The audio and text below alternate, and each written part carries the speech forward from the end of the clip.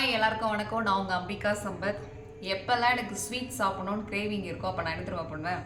சப்பாத்தியை சுட்டுடுவேன். நல்லா நெய்யை தடவி நாட்டு சர்க்கரையை மேலே நல்லா போட்டு இந்த மாதிரி ரோல் பண்ணி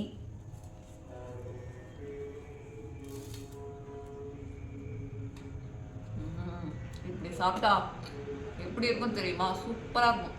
நீங்களும் ட்ரை பண்ணி பாருங்கள்.